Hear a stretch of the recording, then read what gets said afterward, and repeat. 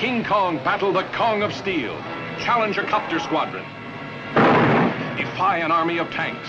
Fight primordial monsters. An all-new adventure. King Kong Escapes. Thrilling in Technicolor.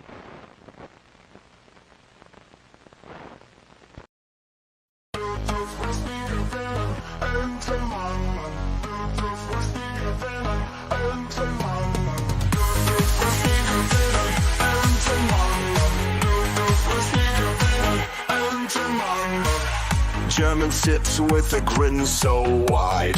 Pogs on the table can't hide his pride. Creator in the corner starts to glare.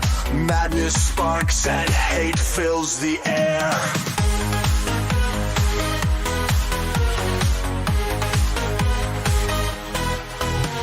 Stack 'em high, a tower of luck. Germans winning, it feels like pluck. Alice Matt's fury, a brewing storm. Visions of pogs in every form.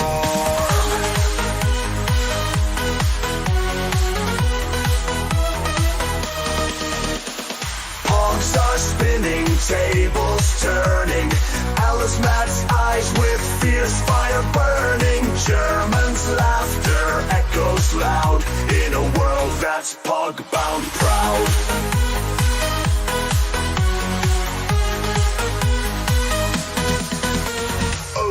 Matt sees and he's mad insane. Eyes on fire, can't take the strain. Pogs and pieces drive him to pain. His patience snapping like an old chain.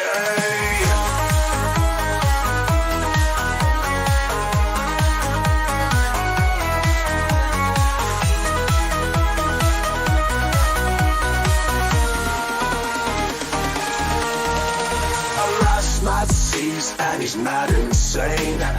Eyes on fire, can't take the strain. Pogs and pieces drive him to pain. His patience snapping like an old chain.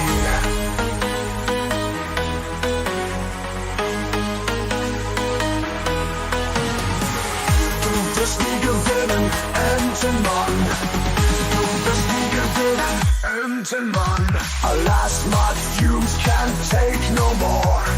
Pogs and slammers hit the floor. It's not about the game you see. It's about what fun could be. Du bist nie gewinnen, Entenmann. Du bist nie gewinnen, Entenmann. Du bist nie gewinnen, Entenmann. Du bist nie gewinnen, Entenmann.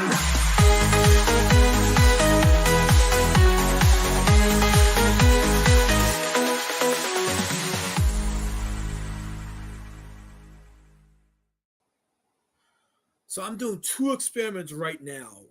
And it's funny because this stream today is about experiments gone fucked up. And that's going to be the theme of the stream regarding these movies, fucked up. But yeah, 2 experiments. Number 1, diving into this chat right here and trying to filter all the hate and all the violence that you people in the chat are trying to spew at me. So, and here I am now trying to offset the hate by ordering me a food from Wawa's because you guys are jerks. Oh, by the way, before I go into a tangent, that goes into the second experiment. I have now connected my router to my laptop, so you're now getting 1080p of me in camera, 1080p of me of tolerance and you know, I said tolerance, right? Yes. And, you know, yeah, there's a lot of hate in the chat. So much hate. Like, even colors, like, with the absolute hatred. Like, none of you are, okay, the only comments I'm seeing in the chat addressing me are racism. All racism. I'm not highlighting any of these. Osgrace Age, I don't have to experiment. I know where I am sexually. I know where I am. You may think you do, but I know. I'm not an experiment. I am completely where I need to be, on the top of Mount Olympus. So you're jealous. You're jealous because you're not me. But it's okay, because I want you to be jealous of me, because you ain't me. And that's good for me. Constantine says, Oh, cool. Is this a movie with a small flying annoyance and the man who uses a assault shotgun to try to eliminate it? Not exactly. Not exactly. So we just did a watch party by Discord for both the 1958 Fly and the 1986 Fly. Back-to-back fucked up movies. Okay, we're gonna get into it. Andrew says, why does the last man always look like he's in a witness protection? Angela, I pegged you to be somebody tolerant and progressive, but this statement shows me that Colors has apparently groomed you. So here's a KSS. He says, happy birthday, live. That question, on a scale of 1 to 10, where does Carol Clout land you? It lands me in jail because her kind puts me in jail. The racist. KSS, you should know better than that. I can't believe I even read that comment. Look. Even Colors is telling. See, this is the true nature of Colors. This is who she is. Yes, Richie, both movies are great. We're gonna get into it. This is actually watching them, and I'm jumping ahead a bit, but watching those movies back to back tonight was kind of an emotional roller coaster. I gotta say, both movies. I'm gonna get into it. KS says, I prefer 86's Fly, but I love both versions. Yeah, both versions are great. They're absolutely great. I see what you're saying, CBR, and I hope Liam Gray beats you every time. But it is black. But black is the color of Batman. I'm Batman today. You respect Batman, you should respect me. So I'm Batman. Anyway, let's play another intro before I continue on with the show. So here we go. You guys want to go get some DESSERT? Yeah, dude, I need me a TREAT. What you guys talking about? Yeah, why did you guys just spell dessert? No, shut up! Don't say it. Why? Oh god, how do we tell you this? Simon can't spell. What? He can't spell, so when we talk about something he wants, we spell it out loud so he doesn't get too excited. He's a grown man. He can't handle hearing the word treat? Treat? No treat. Treat? No treat. Treat? No treat. Oh. Okay, what is happening? We told you he gets excited when he hears the word TREAT. What you talking about? Taxes. Oh, shucks. What, so you guys just treat him like a toddler? Treat? No treat. Treat? No treat. Treat? No treat. Oh. Dude, you gotta spell if you're talking about FOOD. Okay, so are we getting an SNACK? Snack? Oh, come on, Oh, man. dude, really? Oh, come on, I spelled it. Well, he knows how to spell snack. So he can spell snack, but he can't spell treat? Treat? No treat. Treat? No treat. Treat? No treat. God damn it! Okay, he's getting fussy. It's time for an NAP. Yeah. What does NAP spell? Party. Look at the bright light hitting at my face. It's evil, right? Actually, I just have the app on my phone. I am been alerted to go look for some dinner. So I'm gonna play one more intro and then we'll get into it. Here we go.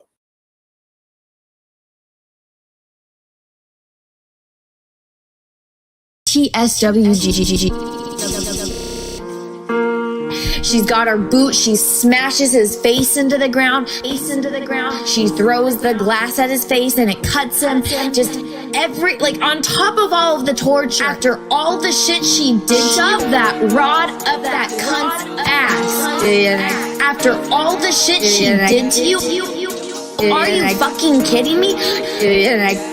This bitch goes fucking ham. And she likes it. Bam, bitch. And she likes it. Bam, bitch. And she likes it. Bam, bitch. And she likes it. Bam, bitch. Guess what? Shit's about to get real. And yeah, get your panties in a fucking twist about this. Women are fucking evil. Men are evil too, but there are some fucking things that women will do and go the extra mile for that. She's got her boot, she smashes his face into the ground. Yes, sexy time is the best way to do it. Bitch, come on. Bitch, come on. Princess Fuckface is a fucking cunt. Bitch, and she likes it. Bam, bitch. And she likes it. Bam, bitch. And she likes it. Bam, bitch. And she likes it. Bam, bitch. Guess what? Shit's about to get real. This is the way that you beg me to fuck you. beg me to fuck you. Guess sexy time is the best way to do it. Like, bitch, come on. Like, bitch, come on. Princess Fuckface is a fucking cunt. Like, bitch, and she likes it. Bam, bitch. And she likes it. Bam, bitch. And she likes it. Bam, bitch. And she likes it. Bam, bitch. Guess what? I'm the motherfucking shit. Come, because they want his bodily fluids. That's I guess sexy time is the best way to do it. Special hero juices. TSWGGG.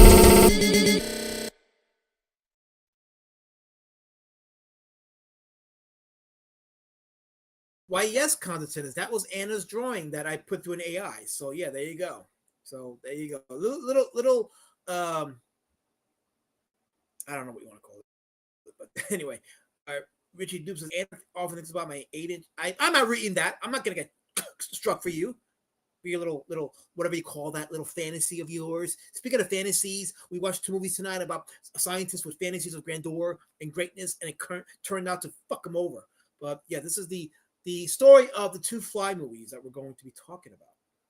Okay, it says one thing I'm never quite clear is on where the 58 Fly set. Is it France? Is it Quebec? Is it someplace else? New Orleans? Someplace where the white people are beautiful. That's all that matters. I don't know. What can I tell you? It could be. So now that I've managed to get my router connected to my laptop, which now creates a more visually aesthetic pleasing, as I think so. Is my thing messing up again? Hold on. Wait. I thought it made strides. Okay, no, look. Yeah, it's good. It's good. Okay.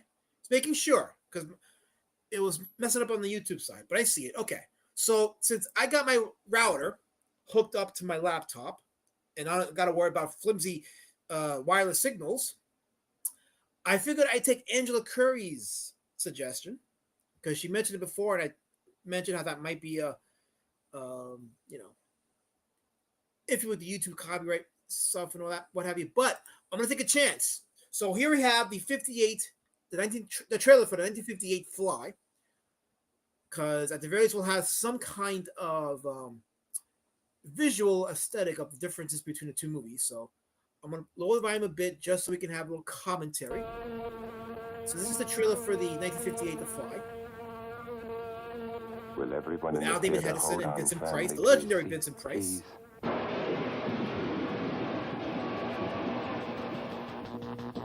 And the theme for both movies is teleportation.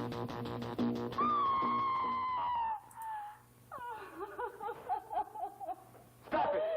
Stop it! I'm Vincent Price. Okay. What an earthly horror. Vincent, everybody in this movie was great. What manner of incredible thing walked beneath that hood?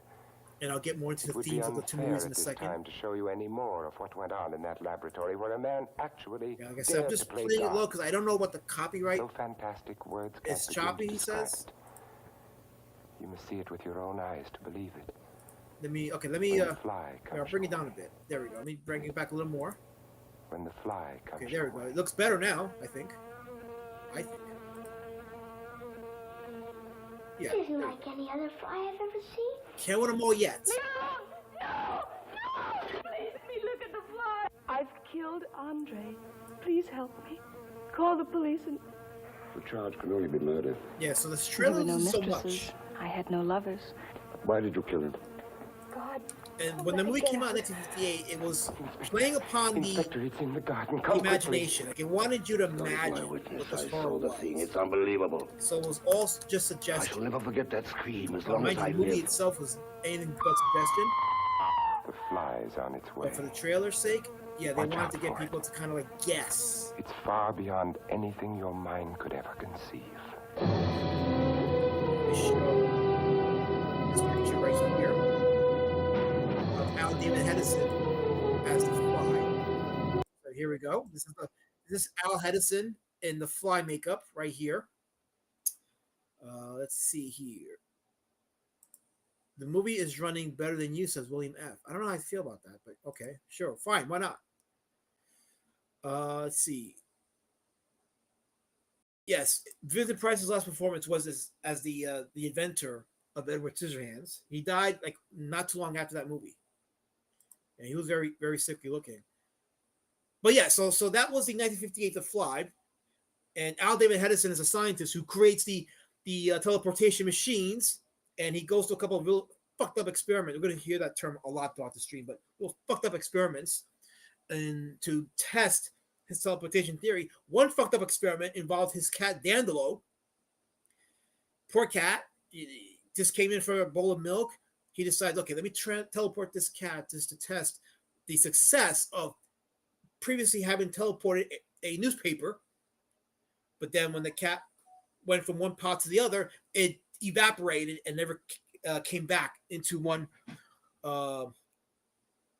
complete body again. It was real fucked up, but eventually he does it again. He takes like a guinea pig and teleports him and succeeds in that.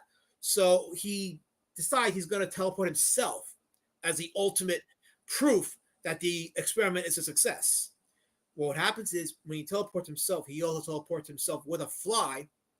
And in this movie, both come out fucked up. So Al, the scientist, he comes up with the fly's head and the left claw of the fly, and the actual fly comes out with Al's head and his left arm.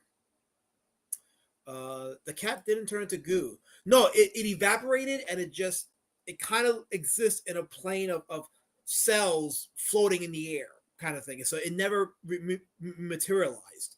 So it's a kind of a fucked up fate for the poor cat. Why does he have a fish face? Oh, that's a fly face, Angela. That's a fly. You've never seen the up close of a fly? That's clearly a fly. That's clearly a fly.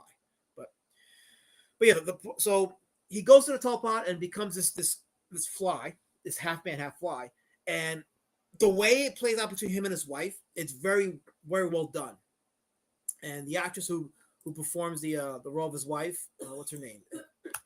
Let me see. Her name is I should know this. But she's very good actress, and she carries the second half especially well. So it's Patricia Owens. She plays Al's wife, and you could feel, and these two movies, The Fly, this version and the remake, are very emotional. I rarely say that about horror films, but these are two of the most emotional horror sci-fi movies that you could watch. And watching them back to back, it really leaves you in a state of real fucked upness. It really does.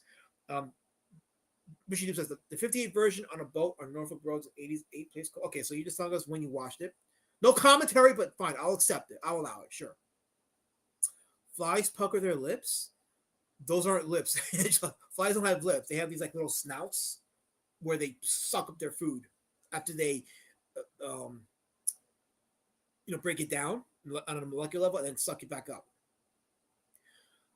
But the interaction between Patricia Owens' character and David Hedison's fly character, it leaves you feeling very, very fucked up, because you feel her pain. You feel Patricia's pain, because earlier on you see these two, the husband and wife, and they're very happy together. They love each other. They have a family. They have a nice home, nice environment. They're pillars of the community. But he, being a scientist, gets way too curious and experiments in a way where it ultimately destroys his life. And it's funny because the mad scientist trope, when you think of mad scientists, you think of obviously Frankenstein, you think of Dr. Pretorius, you think of Dr. Serizawa from Godzilla 54. But rarely do you see scientists who are mad, but not mad in that they're maniacal. Mad in that they lead normal lives. They're generally good people, but because of their desire to learn more and more, it destroys the very thing that they've always had, the very treasures they've had in their lives. And that's the real tragedy with both versions, is two men who've experimented far into the deep end of no return, and have lost the very things that was already in their lives, that already completed their lives. In David Hedison's case, he had his wife, his kids, he had a family, he had a good job. In Jeff Goldblum's case, and we'll check out a trailer for that in a minute, but in Jeff Goldblum's case, he got himself a woman, Gina Davis, very good woman. He was already on the up and coming because he had a record for being a very young and bright scientist. So there was potential for Seth Brundle to be a top-notch scientist in his field. But, and I'm jumping ahead a little bit, but let's get back to the 58 version. So the dynamic between the wife and the husband is what sells the second half, because you don't see the fly itself until very close to the end of the third act. But she carries it. You feel the terror with her emotion, with her performance, with how she reacts. And the few instances where you see the fly components of Hedison's body reveal itself, shocks. It's very shocking how it comes out. And Patricia sells it with her performance. It just gets you at the core. I'll talk about that in a second, but let me just quickly check the chat. Yeah, they're both pretty emotional, 100%. Watching them back to back, I'm like, wow. I'm like, it really just does something to you. These 50s movies weren't meant to be overanalyzed, but I love the deep dive. But okay, so this is what we do here in the stream. So this is how we do this. So and believe it or not, there are books, William. There are books that do this stuff. Phil Hardy's book. There's a book on monsters. There's a lot of books I have in my library. There's one about the Universal horror monsters that came out, beautiful hardcover. Believe it or not, because they're relic of their time and because of what they influence, they are meant to be analyzed because of the influence they leave us. That, and some of the best movies leave that impression. They allow you to analyze it because they teach you something. If you don't think these movies were made to teach you something, then I don't tell you, but a lot of the more memorable horror films were a product of their political time, of their cultural time. Heck, a movie like Halloween from 1978 was a product of the sexual revolution. This was said as such by many people that study that movie. And you look at the time it came out, it's very clear that, it comes at the tail end of the sexual revolution. And what does Michael Myers do? He goes after horny teenagers. That's, there's a correlation there. KSS says, Jeff Goldblum was actually with Gina Davis after The Fly. It ended because he cooked her baboon. Well, they got married after that movie. Yeah, they met there, and then they did a Transylvania 65000 as well. So so that's why their chemistry, and that's part of why the movie works so good between Gina Davis and Jeff Goldblum, because they have natural chemistry. But we'll get to that in a little while. Slasher movies teach you not to smoke weed and be a virgin. Yeah, you gotta admit, like the slasher films, and I'm not a big fan of slashers, but I think it's deliberate that the victims of those slashers were involved in sexual activity. There's something to be said about that. KS says the fly is a warning against playing God, or you might get spliced with a fly.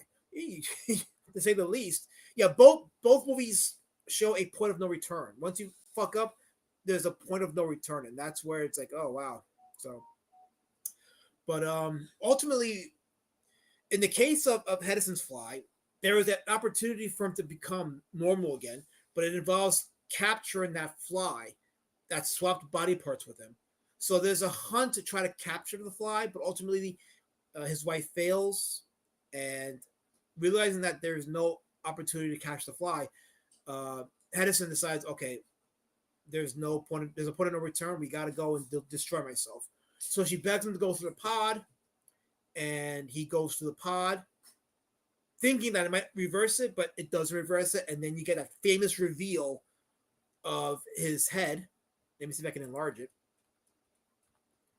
So so it's a very famous reveal. It features that shocking removal of the cloth, and you see the full fly head for the first time in the movie. You see her scream, pure shock and pure terror, and then you see her shock and terror through his eyes, and you see the fly vision where she's seen through multiple lenses.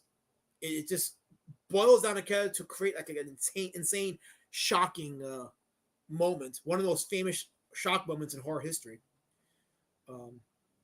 After he realizes that he's getting worse and that fly component is taking over his brain, he tells her, he writes it on a blackboard, and it's very, you feel it. It tugs at the heart because he's struggling to write, and you can see that he no longer possesses the good penmanship.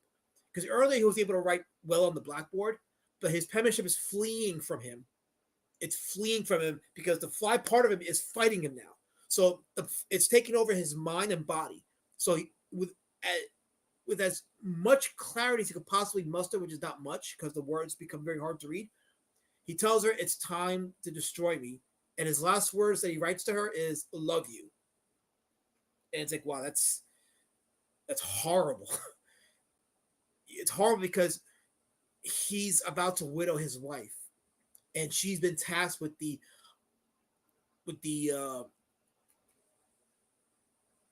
task. I'm trying to think of the best way to describe it, of the task of having to destroy him. So he leads her to another room where he's got that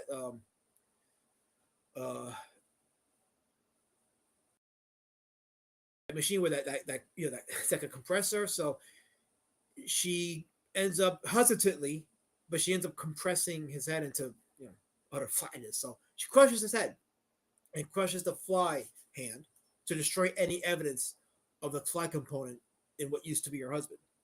And she's initially charged with murder by the detectives because they don't believe her story. But then the boy, her son, finds the fly.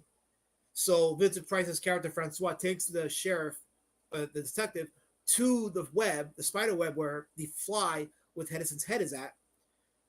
The detective kills the fly, and that now allows Francois, Vincent Price's character, to be like, hey, you know what? You've murdered this creature just like his wife murdered her husband, the creature. You're both murderers. So now what? So they decide to concoct a story where Hedison commits suicide, and that's the cause of death, and that allows the wife to be relieved of all charges. And it ends like on a happy note where it's like, yeah, the son grew up without his father, and the wife goes without her husband, but Vincent Price, the uncle, is there, and he's trying to, I guess, fill that role, at least for the son in the son's life. So it ends like on a somewhat happy note, but you're left with that emptiness of loss, and it tugs at your heart, and you really feel for Edison's character. But it's a very emotional thrill ride up to that point. Great acting all around. It's not a creature feature in that this is a monster that is going around killing people and attacking people. No, it's and that's the thing with this movie and the remake is nobody outside of the main character self-deletes. They die, but through self-deletion, but or self-assisted self-deletion, as per KSS's recommendation. I know I said the S word, but I don't know. I speak so fast, I don't think YouTube's algorithm gets it. But so there's no like actual deaths in either movie, which is interesting. It's more of a character study in the mask of a horror sci-fi movie. But this movie definitely belongs in your library. If you're into horror and sci-fi, this is definitely a top-notch sci-fi film from the 80s. From the 50s, I mean. So I absolutely recommend it 100%. And it's just a well-made movie. And we go from this movie, a well-made movie, to the remake. Let me go and find the trailer for the remake. As y'all in the chat are just butchering me for no reason, because I'm allowed to talk about these things. Why do you guys think that I can't do that? I can do that. And I'm gonna do that. So how about that? Right? How about that? Anyway, The Fly 1986, the trailer. Here we go. Okay. And I guess I can't do the Lord, because actually let me lower it a little bit. Okay, I can share. I can switch. Share this tab. Here we go. Oh wait, wrong tab. Here we go. Okay, here's the trailer for the 1986 movie.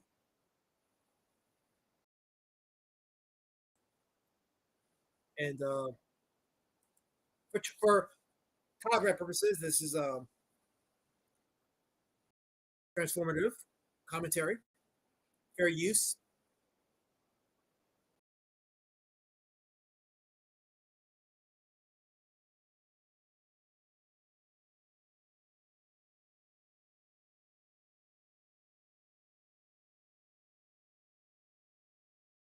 Yes, case says it's not actually a creature feature, or it is, or if it is, it's a lot more mature than contemporary creature features.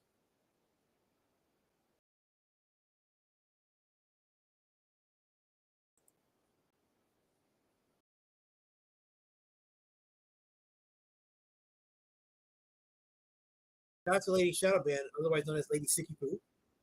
She's actually on the upper end of recovery, but she still feels a little under the weather.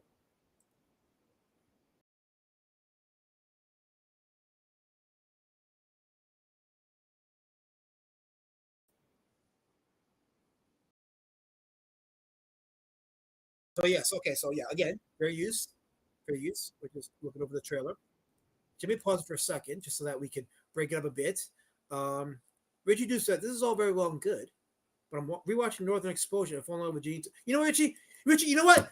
How we're talking about two of the best horror sci-fi movies, and you're. Am I muted? Wait, am I muted? No, I can see him. Don't make me talk, Cass. It says. Yeah, I'm not muted because I can see the I can see the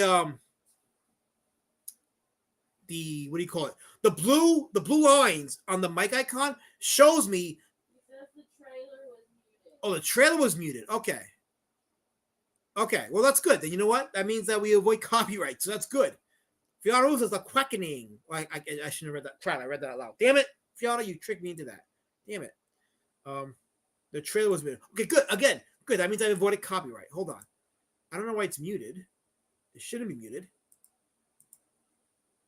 Let's see. Well, maybe not. Maybe because I had it real low. Okay, here we go. Okay.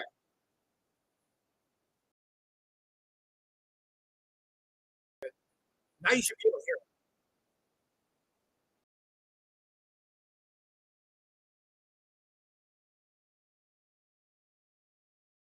Yes, this is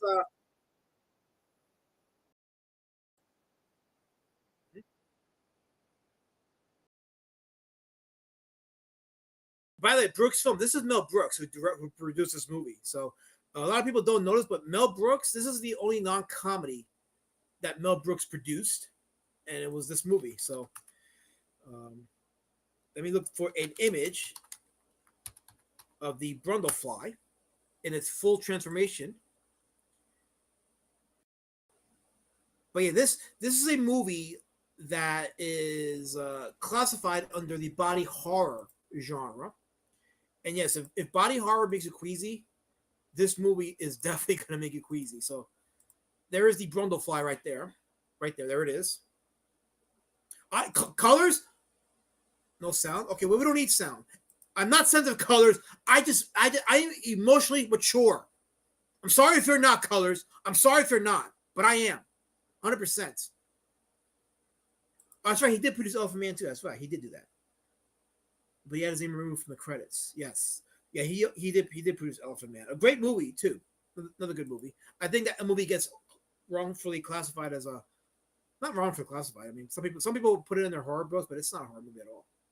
Not a horror movie at all. So, but yeah. So the remake, the 1986 Fly remake, just like the Blob, and just like the Thing. Notice how they all start with the Fly, the Thing, the Blob. It's all the thes. Fascinating. All great remakes, and and arguably probably better than the original. Arguably, I'm not saying it has to be better than the original, but they were incredibly well made, superior remakes of the original. So yeah. So I help my good friend the Mood of Hell is calling in sick today. I feel like crap. How did Rosetta bet sandwich? I'm sure you did. See, I didn't say it, Mood of Hell. You said it. You said it. So there you go. But Mood of Hell had a Rosetta sandwich. I didn't say it. Yeah, the Invasion of the Bodies. That was a little good. That was from 1978, but that was a good remake too. That obviously was a good remake. So imagine watching the 1958 Al Hedison fly back to back with a Jeff Goldblum fly, and you feel fucked up watching one movie, but the second one just leaves you on a whole level fucked up, completely fucked up. And it's like, okay, so where do you begin? So you begin like this. So Jeff Goldblum is an up-and-coming scientist named Seth Brundle. He meets Gina Goldberg's what's her name? I know. I just call her Gina Goldblum throughout the whole movie. So Veronica, okay. And someone erroneously said her last name was Quaff. It's not, it's Quaif. Don't you dare put that evil upon her. Ever. But so she's a reporter, she's a journalist who's looking for that big scoop. So she meets Seth Brundle at a party. He takes her to his pad and shows her the teleportation experiment he's doing. She wants to write about it, but he doesn't want her to put it out there yet. And she's dealing with her editor-in-chief, who's a scumbag, who turned out to be her ex-boyfriend. So he's like a real scumbag, at least for the first part of the movie. But she wants to do the story on him. And ultimately, the editor doesn't believe it. So Seth goes to Veronica and is like, hey, listen, I'll let you document the entire process of the experimentation, but just don't print it out yet. I will give you full access from the beginning to the end, and when it's done, you could even write a book about it. So during the process, they end up falling in love, and you could see, and this is where in real life, Gina Davis and Jeff Goldblum actually fell in love in real life and got married not long after this movie. So, and you could see the shut up, colors. I made a mistake. It's Gina. What the F is her name again? Gina Davis. Okay, I'm sorry, Gina Davis. You people with your hatred clogs my mind. It is a weapon. You guys know it. You're all psyops. I mean, getting back to my point is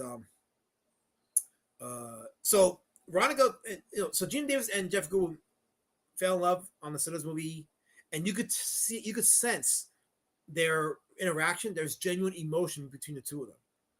You could sense it. So, yeah, let's hit that like button, says Lady Sicky Poo. Let's hit it. Absolutely. So, but both the performances sell the movie. And there's genuine emotion being emoted between both of them. And arguably, this is Jeff Goldblum's finest performance.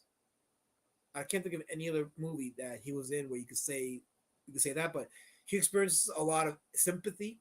His character is also very sympathetic, and the sympathy even transmits through every stage of his transformation up until the very end, when that prosthetic is begging for not begging for his life, but it's begging to end its life. But Seth Brundle is an extreme, even to the moments where he's being very aggressive, acts like a jerk, and even intends to harm. There emanates that sympathy, that likability of Seth that makes him a very tragic figure, very tragic character. And like Hedison's before him, Seth he didn't have a family, but what he had a woman, a beautiful woman that he fell in love with, who fell in love with him and was loyal to him. He had a budding career. All that was waiting for him was to be discovered, and he would have blown up into something massive. It would have been a life changer for him. But because one night of jealousy, where the editor-in-chief sends Ronnie a proof magazine with the cover of Seth's face and the mention of the experiment that he didn't want public, she has to go confront him about it. So Seth ends up drinking himself drunk, and he decides to go through the pod to as he put it, the final experimentation of him going through the pod after a couple of experiments to get the machine to recognize the difference between inanimate objects and fleshly objects, because before it was having problems teleporting organisms. One scene where a baboon ended up being combusted from the inside out, and then he transports a steak, and he proves that the steak has a synthetic taste because the computer doing the teleportation has not been able to interpret properly organic matter. But once he got him to actually, transport the second baboon successfully on that night of jealousy, he transports himself in the telepod. Unfortunately, like Hedison's character, a fly enters the machine. He transports with the fly, but here's the difference: in the Hedison version, both the fly and the man come out different, taking each other's body parts and going their separate ways. In this version, the fly and Seth become one being. They fuse into one new being called Brundlefly. And you see the transformation gradually for fans of body horror. The nails fall apart, the teeth fall out. There's a scene where he has all his body parts that had fallen out in his cupboard. And there's a jar with his cock in it. And I was like, oh shit, I forgot about that scene. Anyway, so it's a gradual transformation. And not only is it transformation physical, but Seth himself transforms as a person, where he was like strong and confident, yet sympathetic. He starts to become aggressive, but animalistic. His mind starts to flee from him. Let's see. Jeff Goldblum was not in the crappy movie Razorback recommended by my good friend Kissy. That's true, Helmet. He was not. Why would you recommend that movie, KSS? Why? What were you thinking? Was Jeff Goldblum's best performance in a flight, or was actually Buckaroo Banzai? I have to watch Buckaroo Banzai. I'm not sure, but a lot of people say this is one of his best performances, if not the best performance. I can't think of any other film where he performed as good as he did in this movie. A lot of acting range, a lot of definitely a tour de force performance, because it really made you feel sympathy for the character, for Seth Brundle. But there's a shocking scene where Ronnie finds out that she's pregnant with Seth's baby and tries to get it aborted, but then she ends up giving birth to it, and it comes out as in the form of a gigantic maggot. It's a shocking scene, but then it turns out to be a dream or a nightmare. And ultimately, she wants to destroy it. So Seth finds out, and by this point, Seth's already been deformed to the point of no return. He finds out that, yes, she's got a baby. So she's at the abortion clinic. Her editor-in-chief takes her there at the abortion clinic. And thank you. And he finds out, he crashes the clinic, carries her out of there, and decides he's going to transport her and the baby with him in two separate pods, and they're going to come together, fuse into a new being in the third pod, so he could become fully human again. Well, this editor-in-chief comes in and tries to save her. There's a scene where he vomits fluid and dissolves his hand and his foot off, so he's pretty much fucked up. But he manages to shoot the pod that he's in. No, he shoots the cables that connect the pod where Ronnie is in. So he tries to get out of his pod, Seth does, but the teleportation transports him and part of the pod into the third pod, and he becomes a new being called the Brundle Fly Pod creature. And before I reveal that, Andrew Curry says, I'm catching up, Eliza. Could you talk a little slower so you can sound like at least you're at 125 speed? You know, Andrew, that's how I sound normally. And I feel that's a racist attack on me, Andrew. You're becoming very racist lately. You're joining the rest of the pod. I mean, the rest of the chat. I peg you for someone tolerant and observant, but you're not. You're absolutely not, Angela. You're that was a spear. You just chucked a spear at me, Angela. Congratulations. That was your first spear you chucked at me. God. Chucking spears at me. Who does she think she is, chucking spears at me in my own channel, in my own stream? She just went, wow, right at my head. Would end my life. Wow. No, Guy, I'm not attacking her. She came at me. She's the aggressor. She took the spear and said, oh, it's a colored. Here you go. Whee! And chucked it at me. Guy, don't defend that. Don't defend that. Richie, I am legal. I'll show you my papers. I am 100% legal. I belong here. I built this country. The sweat of my back. You come here to take credit for my work? No, it ain't gonna happen. I built this country. I am here to claim my credit, dupe. 100%. 100%.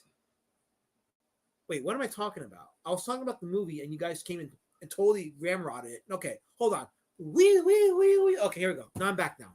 So, yeah, so the ending of the movie, same thematic where he requests self-deletion, but as the creature is advancing towards Ronnie, she's got the shotgun. She don't want to kill him.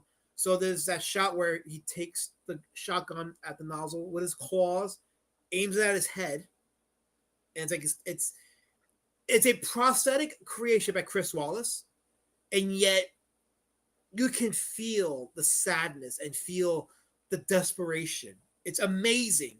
It's almost like with Darth Vader's helmet in the scene in Return of the Jedi when he's seeing the Emperor shocking Luke to near death, and that helmet, that visage, Vader's visage, it doesn't have any physical emotion, and yet the way it's shot and the way he's looking back and forth between the Emperor and Luke, you can sense the conflict. It's amazing how like prosthetics or practical effects can just bring about true organic emotion, and it's the same with the fly, with the Brundle fly. It's the way it just like it's aiming the gun at the head and it's just looking down.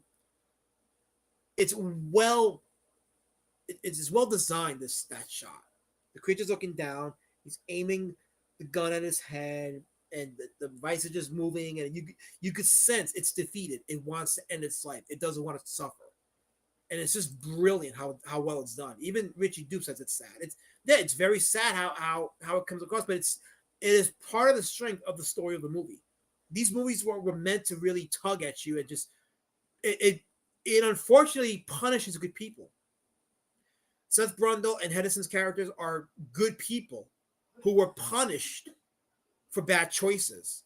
They never wanted to hurt anybody, but they were punished. And it's tragic. This is tragedy. This is one of the only few examples in a horror film or horror films of tragic characters and tragedy playing out before you. Okay, it says that the scene where Brundlefly puts the pew pew to his head, you could actually feel that. You're right. Yeah, it's like you watch it, it's like, damn, it's and Howard Shore was the guy who composed the music for this movie. Howard Shore, the same guy that gave us the music for the Lord of the Rings movies. He also composed Tim Burton's Ed Wood movie. But yeah, he did the music for this. And the shot where he aims the nozzle on his head, the music that plays is like between the music, the shot of the nozzle being aimed at the creature's head, and Ronnie's reaction and her breaking down because she knows she must do it, but she can't. It's a stab to the heart. It's a legit stab to the heart. It's brilliant filmmaking. It's absolutely brilliant how it all just came together. This is an amazing movie because of that. $5 Aussie $5 super chat from Oz Great Sage. Thank you for paying for my coffee, Oz. I appreciate that. Oz says, damn it, Razorback is not my fault, Cass says. Well, I never lived down this shame. Also, quack, quack, duck boy. Damn it. Damn it.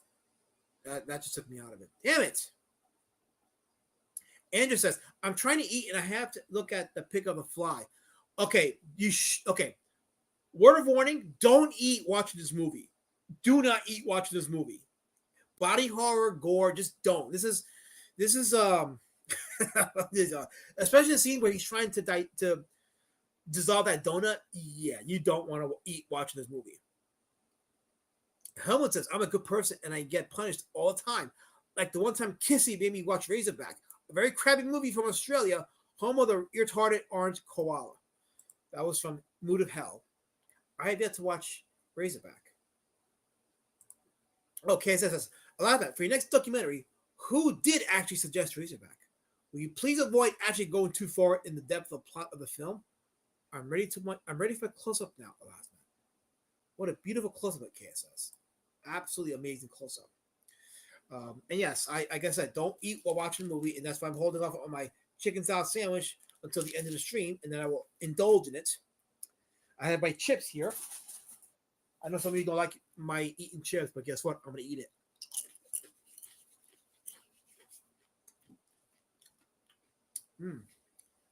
My blue corn tortilla chips. Tortillas. Delicious. Organic natural, and delicious. And you best believe I had a couple of those watching these movies because I can do that. I'm allowed. But again, let me hear it from you guys in the chat about your thoughts on these two movies and what you took from it. Because, like I said, watching it back to back, it really was a tug in the emotions, and you came across very heavily invested in both movies. And I don't know if this is a case where you can say one is better than the other. I know some people will prefer the remake, and that's fine because the remake is just a its own movie, very superior to its own movie. You know, it told a different story, similar in terms of like what each character was trying to do, but it's still a slightly different story. Oh yeah, there was the scene. I was thinking about this. There's a scene where Seth is explaining to Ronnie why the machine was failing to transport successfully organic matter. And he talked about like feeding the machine the desire to act crazy about the flesh. And I kept thinking about, let me see if you guys know what I'm talking about.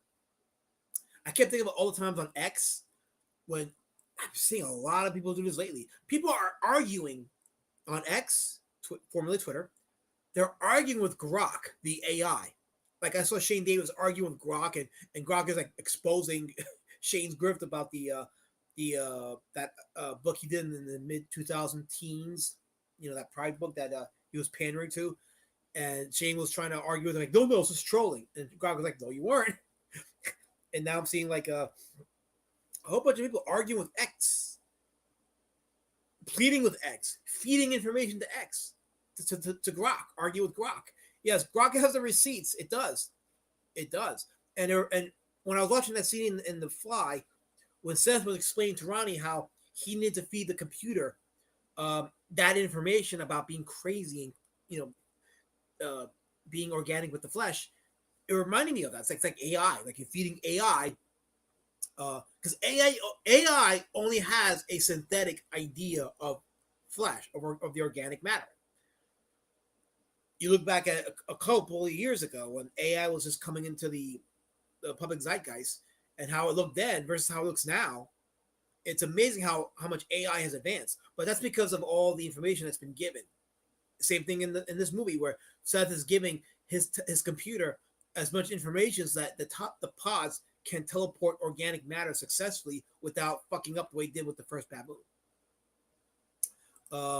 Osgray said The Fly is gross and don't try teleporting. I wouldn't recommend it. No, I wouldn't definitely recommend it. Okay, it says both versions are really good. I maintain that the 80s is better, but only because those 40-year-old practical effects really still hold up. Oh yeah, the effects are amazing in this movie. Chris Wallace is the guy behind the practical effects. Absolutely amazing practical effects in this movie. So, Angela, you're the only one complaining about the way I'm talking. The only one. I'm sorry, Angela, if I have a story to tell. I'm sorry if I'm proclaiming. I'm sorry if I am expressing my feelings, my observations, my perspectives. I'm sorry, Angela, if you're afraid of that. I get it.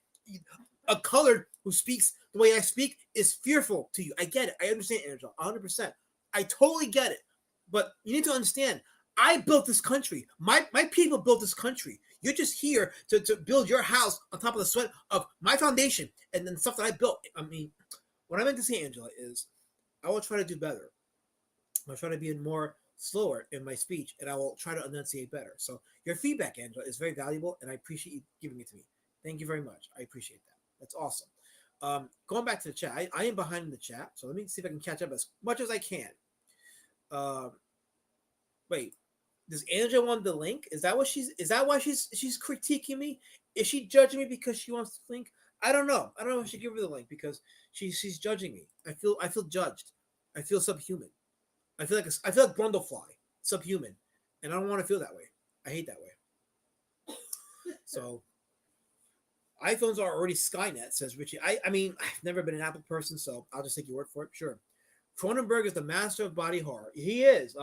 Cronenberg did a good job with this movie. Very good job. And I definitely recommend both this version.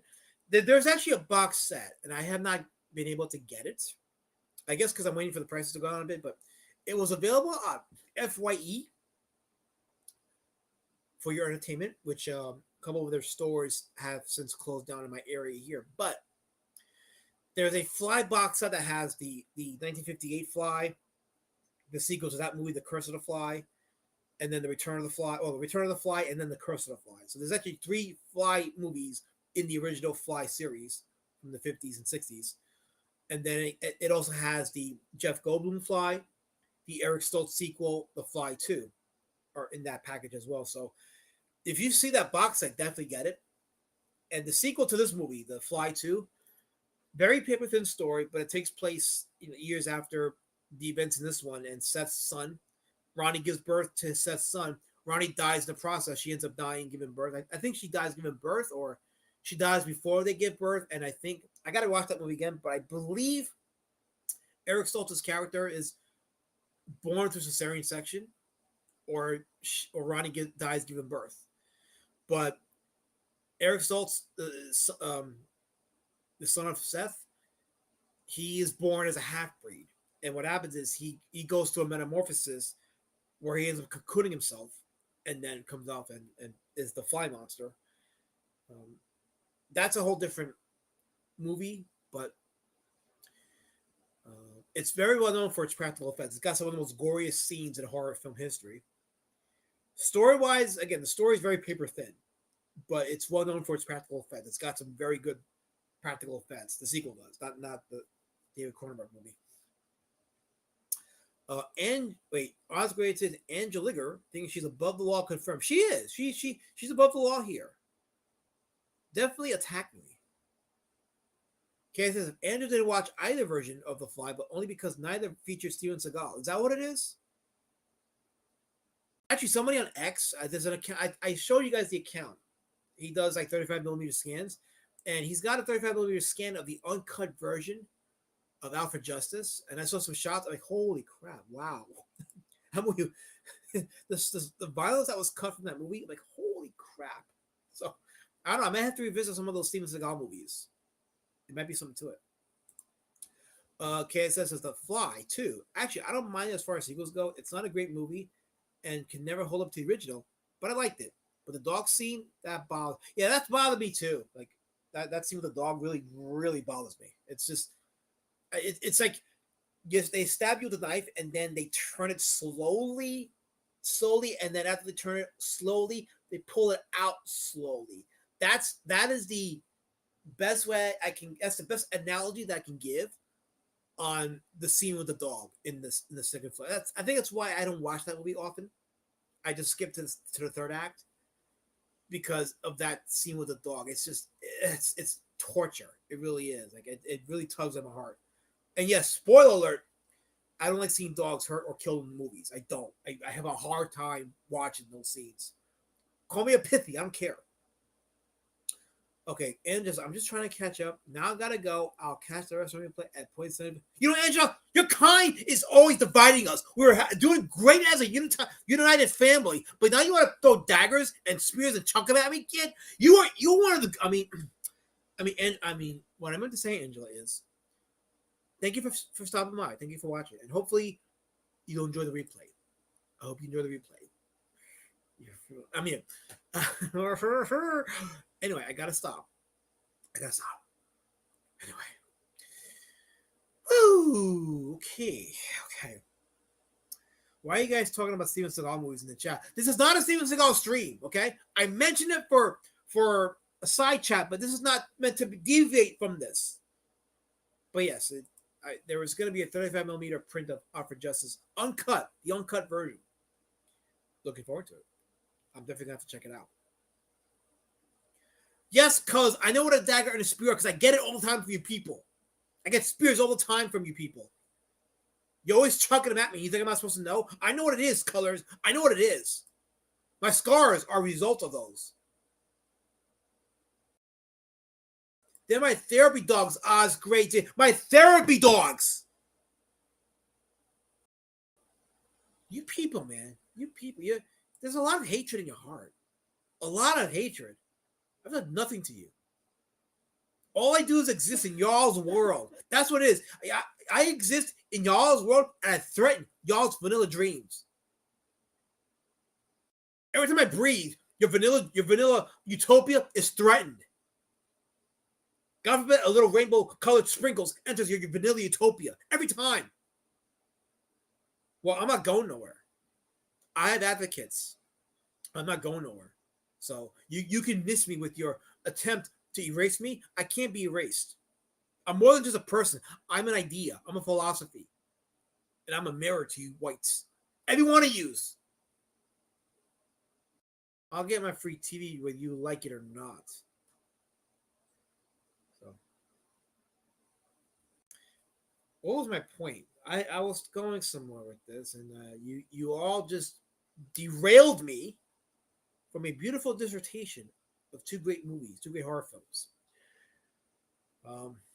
Plus, my chicken salad sandwich is smelling really good, but I can't eat it yet because I can't eat and talk at the same time because you people don't appreciate the sacrifices I do for you. I mean, what I mean is, this has been a great stream so far. We've actually had some headways, and I gotta say, your chats have been insightful, and they've been totally eye-opening in terms of where we are as a community, as a group, as a movement. And I'm very impressed at what you've contributed to this stream. KSS says Alasma is starting in the 2026 starting. Are you serious, kids? Starting? You could not proofread your message to me? Starting.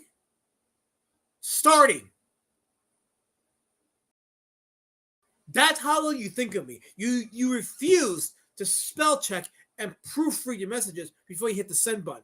You said, spell check, that's for the birds. Alasma gets my floppy second. I can't even read the rest of this because you botched it at starting. Totally botched it. You really hate me, don't you? I'm not worthy of good, proper grammar, am I? I feel hurt. That was such a hurtful thing. And like now you got Lady Sicky Poo laughing at me. Congrats, Kissy. Congrats. I hope you feel accomplished. Helmut says the Cronenberg Fly is the second best body horror movie right after Allah. You know, Helmut, why don't you come here and say it to my face? Come here and say that, mood of hell.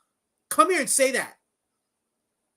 Talking tough because Rosetta's best sandwiches made you sick. So therefore you can't participate in the stream. But you act as a keyboard warrior in the chat. And you want to type in little musings attacking me, thinking that it's going to come at. No, you can't hurt me. All you're going to do is to mention your doom, mood of hell. That's all you're going to do. Look at Brown CBR. Why is the last man showing his weird porn collection on stream? You know this is Brown CBR. You know what this is. Don't act like you don't know. You can't hurt me. You can try, but you can't hurt me. You cannot help. Don't encourage mood of hell. Don't encourage mood of hell. This is a safe space for people, and you're trying to dissolve it into some completely mutated reflection of something that it's not meant to be, and we don't want that. I am sick. The last time I felt this way was when I watched you. Yeah, don't watch me, mood of hell. Don't watch me. It's a free society. Don't watch me. No one told you to watch Trash Compactor. No one told you to be followers of Testify HD. May rest in peace. But no one told you to do that. So that's on you, mood of hell. That's on you. Also, she's back now because I'm upset. She's back because I'm feeling pain. I'm feeling the digital spirits being chucked at me. And that brings Angela Curry back to the fold. She's becoming like you people. She's becoming just like you people. With the violence, the hatred, the divisiveness, the what do they call it? What's that word? The ignorance, the bigotry. That's what it's the bigotry. And now she's joining y'all in that. I'm sick too. A last man stream make you sick. Then don't come. Don't watch my stream because you know why? Because people who are smart and who are not jealous of my success, they watch my streams and they absorb it like chicken soup. It's chicken soup for them. So if my streams aren't chicken soup for you, I don't know what to tell you. But for me, there's lots of chicken soup. Lots of chicken soup. Unlike the Saracens, I don't do chicken toise. I eat chicken soup. So you should have some chicken soup. But if you can't have it here, I don't know what to tell you, but chicken soup is good for the soul. Somebody said that. I don't know who did, but this fly pick makes me sick. That's the point, Angela. It's supposed to make. This is a grotesque creature. This is a grotesqueness. The point is the transformation from Seth Brundle to Brundle Fly is meant to be a journey of the grotesque, and it's giving you the design. How many horror films today that attempt something like this can honestly make you feel like you're watching something grotesque? Not much. Everything has gone to CGI, and CGI has not been able to produce the level of emotion a good practical effect like this creation here can emote from a person watching. That's right, Oz. Ignorant. No, not D word soup. Chicken soup. Chicken soup is good for the soul. See, look, E Lady Sicky Poo confirms it. I ate all the chicken. Oh, she. You guys have successfully groomed her. Thanks a lot. You all groomed her. You bastards. I don't know where to go from here. This was totally not necessary. I thought we were discussing horror films, but no, we're not. Now we're just gonna do the thing, right? Just do the thing, because Elasmat has a good insight and good perspective on these movies. But no, we're not gonna entertain that. We're not gonna have a back and forth and really get more out of it. We're just gonna throw jabs at him, and we're just gonna just undermine his success and wish the poo on his existence. Good job, guys. I really felt that from you. It's almost like when Ronnie was forced to have to aim the shotgun at the poor Brundlefly creature before taking its life. Just like that. That's how I feel. But none of you care. None of it matters to you. None of it. Human Centipede was pretty good. I have yet to see Human Centipede. I know of it. I've seen stills from it. I've seen a couple clips. I've yet to see it because honestly, I'm not comfortable seeing it. Like, I know what it's about, and I'm like, no, I'm good. I don't think I want to see that movie.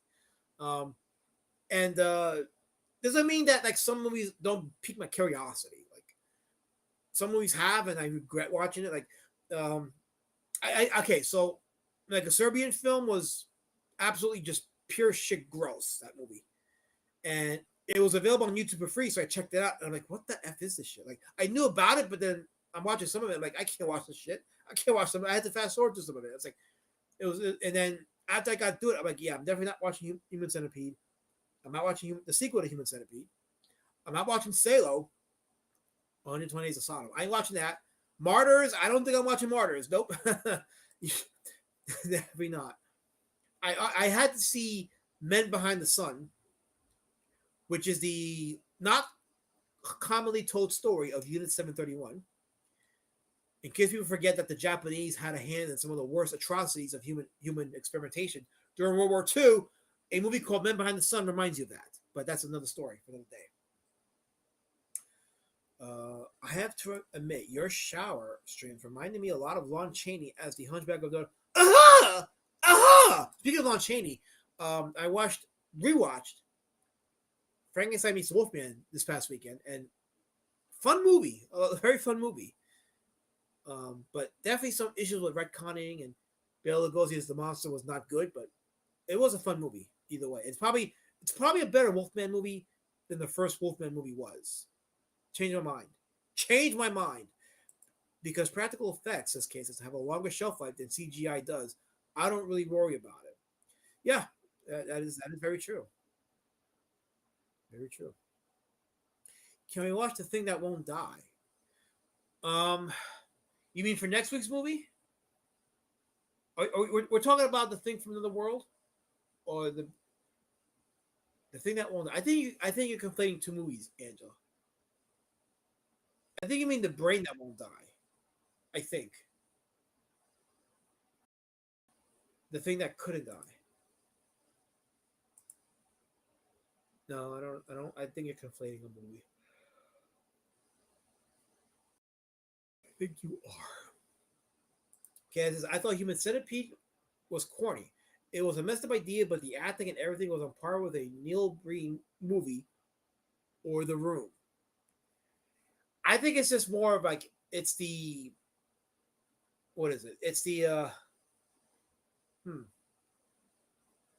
it's the impliedness, the implied result of splicing people together the way they were. I'm not going to say it, but the way they were spliced together. It's the implication of what it's supposed to do that grosses people out. But still, I'm not. Japanese have done the worst atrocities. Uguyu. I mean, Unit 731 is a primary example. Yeah, people don't want to talk about that because they want to make the Germans all the bad guys. But no, the Japanese were pretty fucked up themselves. There's that term again, fucked up. But yeah, if you want to look into Unit 731 in film, there is two movies in the entire history that have done that have talked about Unit 731. One of them was Men Behind the Sun from 1988. Banned in many parts of the world because it was so violent. But the violence was graphic because it showed what the experimentations that were done by the Japanese onto the Chinese and some Russians as well. But it was a thing, and it was out in 1958. Okay, let's see. The Thing That Wouldn't Die. Let me see. If that's one of the... this looks kind of cheesy. So we'll have to hold... Oh, wait. That's that... Okay. Yeah, that's that weird movie. Okay, that's gonna be... We'll have to have that conversation with Angela. We'll have to have that for another day. This proves that the Japanese are best in everything. Well, I mean, that's one way to look at it, I guess. Sure. One way to look at it. I mean, interesting perspective. Sure. They tortured better than the Germans, I guess. Sure. Because KSS, nothing was implied. The human centipede was corny, bad, with disturbing concept, but it fails in execution. It's not like Old Boy disturbing. I have not seen Old Boy either. You want to know what's really messed up is when you look at these movies that have been out, like Serbian Film or Salo or Martyrs. When you've been exposed to those movies, you go back in time to a movie like Itchy the Killer, and that movie kind of becomes tame in comparison now. And that movie was graphic for its time, but it's become tame in comparison to these other movies. Osprey's Age was a little... Okay, here we go. He says, Soviet biologist Ilya Ivanov conducted controversial experiments aimed at creating a human-ape hybrid, often referred to as the human Z. Interesting. Human Z. Should look into that. I should look into that. Now that I've highlighted it, I may do some deep digging in that one. Because we haven't looked into like the horrible stuff that the Soviets have done. And people say like religion is the greatest evil, but Soviet Russia was very atheistic and committed some of the worst atrocities in human history. But that's not, we don't talk about that because who runs our entertainment? Shh. Can't talk about that. Anyway, is that what a last mat is? Colors, no one asked you. No one asked you, Colors. No one asked you. Aladdin supports Nan King confirmed. I just talked about a movie, Oz. Listen, I didn't make Unit 731. I'm just saying it was a movie that came out that talked about that atrocity. It's a thing. What can I tell you? Corman for next week? I don't know. I guess we should talk about next week's movie. I don't know. I haven't decided what next week's movie is going to be. Yeah, I would have said don't watch Serbian Film. Yes, it is actually messed up. I wish I could give you my eyes and bring it in a shower and a bleach. Yeah, I won't even talk about some of the most fucked up things in that movie. But you know that tiny man creature in the Island of Dr. Moreau, the band that reminds you of... You know that... Okay, so... Well, first of all, F you, some person. F you for that one, number one. Number two, that the actor that played that creature was actually a famous Mexican actor. I forgot his name, but he was featured in quite a few skits and segments in Spanish variety shows up until his untimely passing. So yeah. But I feel you guys really have hurt me today. You tried.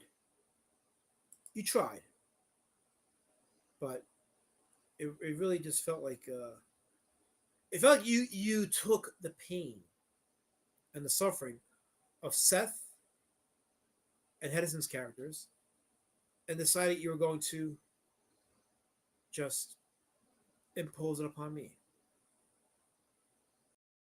I don't know how to feel about that, except to say that your attempts were admirable in that you tried it, but ultimately you failed, just like you guys failed. Because I'm still here. I'm still breathing. I still breathe. Still alive. Still rolling. I'm still conquering. Very much so, I'm conquering. I'm a conqueror. Maybe not you guys, but I am. I'm a big time conqueror. Total conqueror. A conqueror of the heart. That's me. I conquer the heart. Ask Lady Shadow Band. I conquered her heart. And I could do it to you guys, but you're not worthy. You're not worthy. Because if you was worthy, then I would try to conquer your heart, but I'm not going to try it. It's not worth my effort. Because your spears, when you chuck them at me, they hurt. They absolutely hurt. So I'm going to pretend that an attempt was made, but it went nowhere, and I'm okay with that. I'm absolutely okay with that. So sure.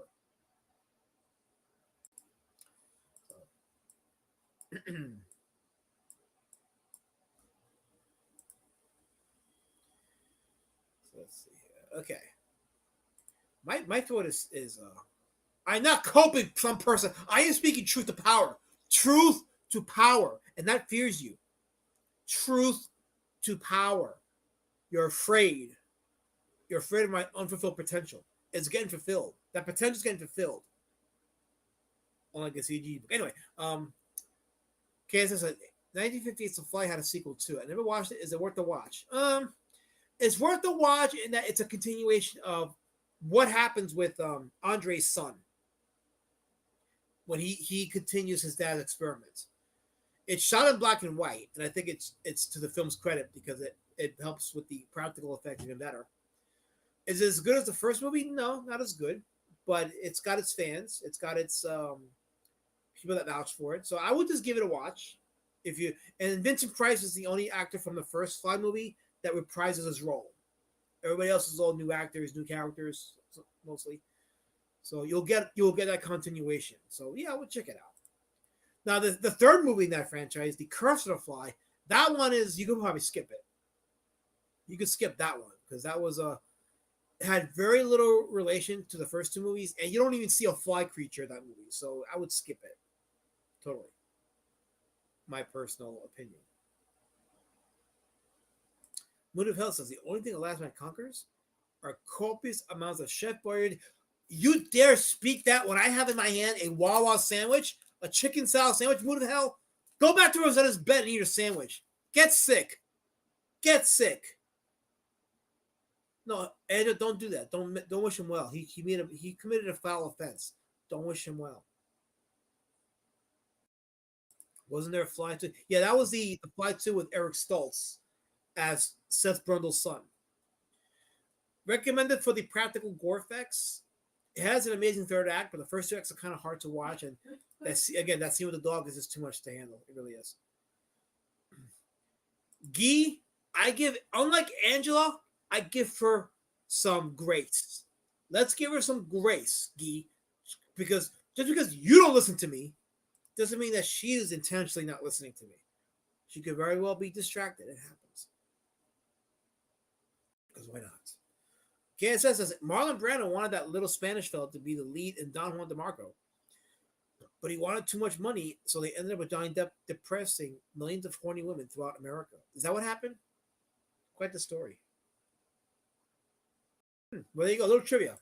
And, exclusively on my channel. So there you go. Matt Barr says he loves The Fly. I love both versions. Both great movies. Okay. Guy says she admitted she left D-word. She hates you. Well, you know what? She can join the club of the rest of you haters. What's it to me? One more person that hates me? I'm supposed to be moved because one more person is added to the list of people that hate me? I'm sure she got fitted for that white hood with the 2 holes in it. I'm sure it fits her very well.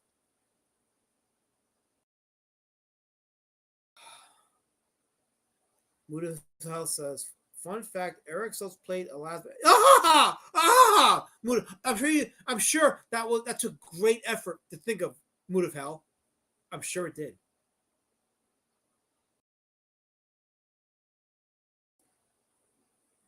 Guys, ladies and gentlemen, she's announcing she's back. She came back, guys. She's announcing it. She's back. Angela's back. Angela is back. There you go.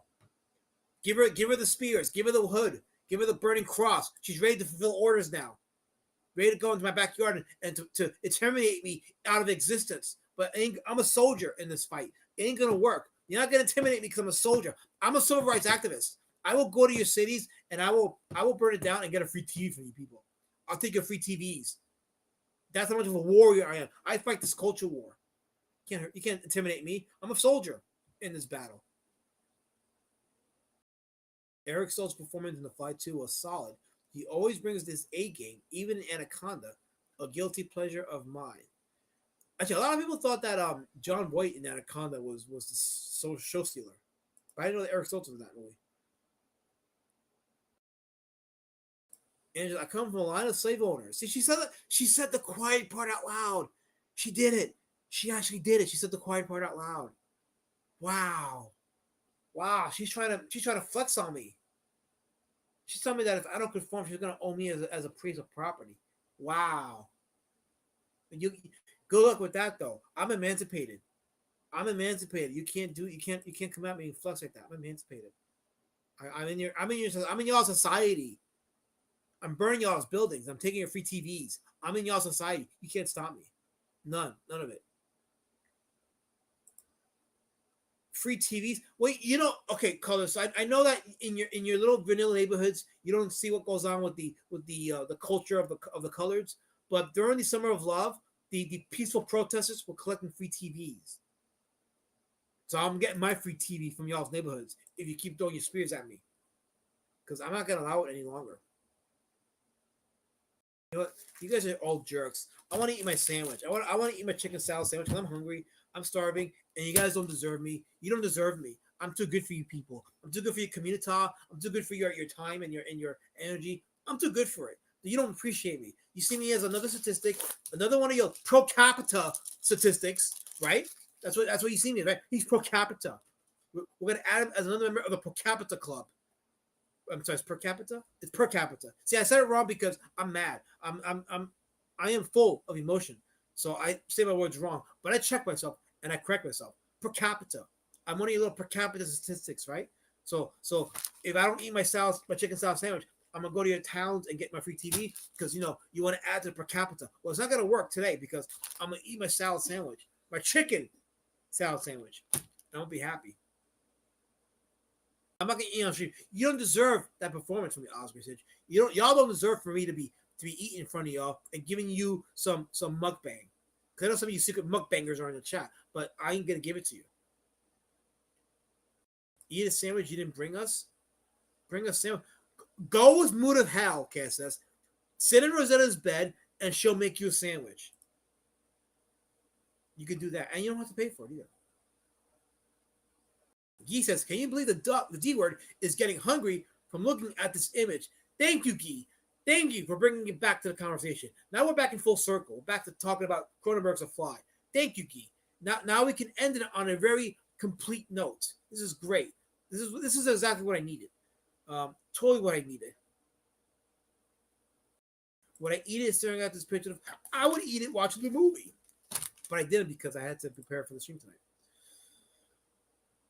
I've never seen a peanut eat a sandwich. Some person, I know that you relish in not being one of the new hate mongers, but I'm made of solid rock. You can't hurt me.